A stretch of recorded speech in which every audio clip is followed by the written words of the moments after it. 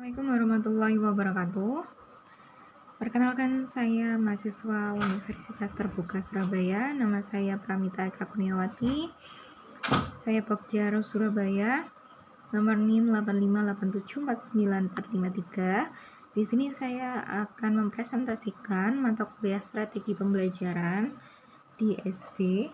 Saya masuk kelompok 5, menjelaskan tentang modul 8 dan 9. Di sini bagian saya yaitu modul 8, kegiatan belajar 4, tentang keterampilan mengajar kelompok kecil dan perorangan. Keterampilan mengajar kelompok kecil dan perseorangan.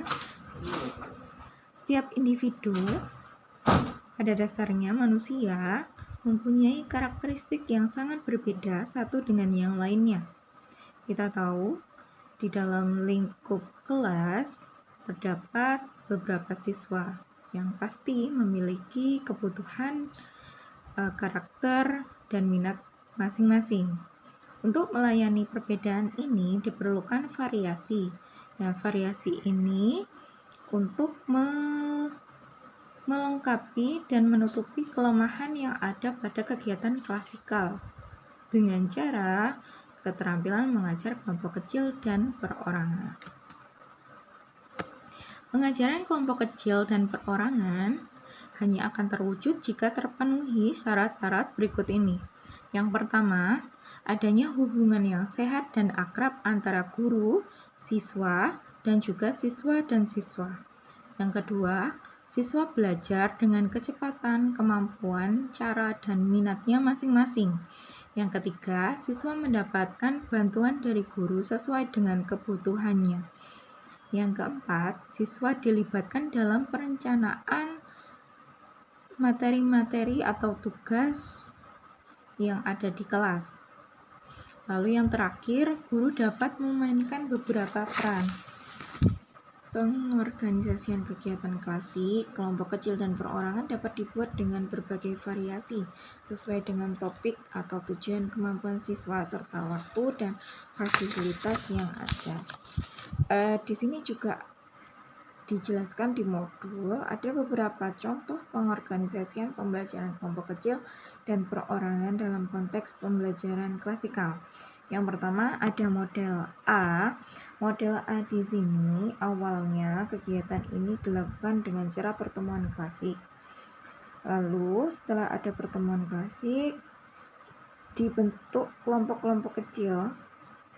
Kelompok-kelompok kecil ini lalu diakhiri dengan suatu kegiatan yang klasik juga dengan cara diskusi atau pelaporan hasil kerja. Biasanya model A ini dilakukan pada kegiatan praktikum atau percobaan.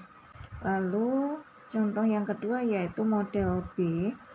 Model B ini hampir sama dengan model A, bedanya model B ini terdapat dua alternatif. Jadi siswa pertama melakukan kegiatan klasikal, yang kedua mereka diberi dua alternatif. Alternatif yang pertama mereka membentuk kelompok-kelompok kecil, alternatif yang kedua mereka melakukan kegiatan belajar secara individu.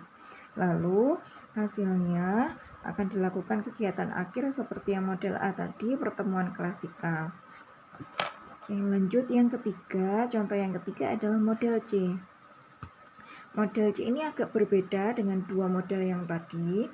Model C ini tidak ada pertemuan klasikal pada akhir kegiatan. Jadi di awal saja ada pertemuan klasikal, setelah itu dibentuk kelompok-kelompok kecil. Setelah mendapat hasil dari pertemuan kelompok itu tadi, hasilnya langsung diserahkan atau dikumpulkan kepada gurunya. Yang terakhir ada variasi yang terakhir ini model D. Model D ini merupakan variasi yang agak unik ya.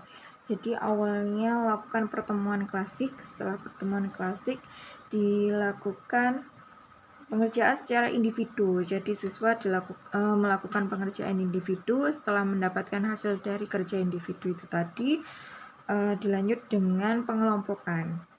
Jadi pengelompokan setelah individu, ada pengelompokan setelah pengelompokan hasilnya itu langsung diserahkan atau dikumpulkan ke guru. Keterampilan mengajar kelompok kecil dan perorangan ini ada 4 komponen yang harus dikuasai oleh guru. Yang pertama, keterampilan mengadakan pendekatan secara pribadi.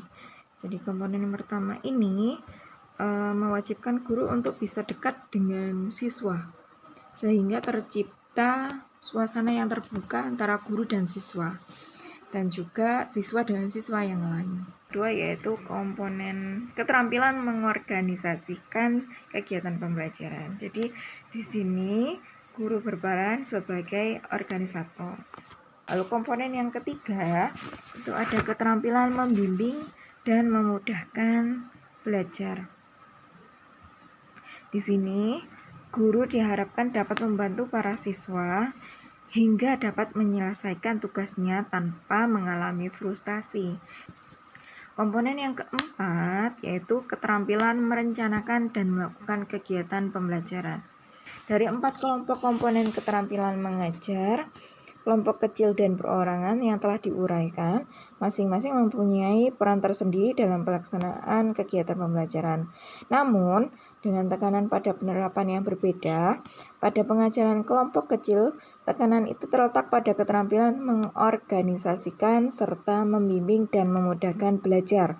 Sedangkan pada pengajaran perorangan, tekanan berada pada kedua keterampilan yang lain.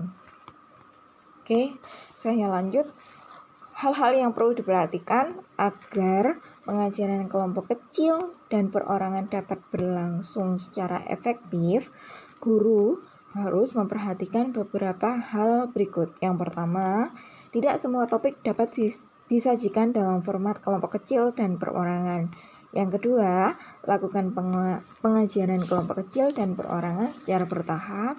Yang ketiga, pengorganisasian siswa, sumber atau materi, ruangan, dan waktu harus dilakukan secara cermat.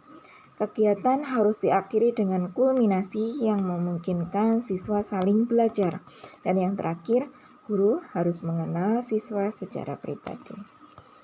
Baik, pemaparan tentang kegiatan belajar keterampilan kelompok kecil dan perorangan telah selesai saya sampaikan. Apabila ada kekurangan atau kesalahan dalam pemaparan saya mohon maaf yang sebesar-besarnya. Terima kasih. Wassalamualaikum warahmatullahi wabarakatuh.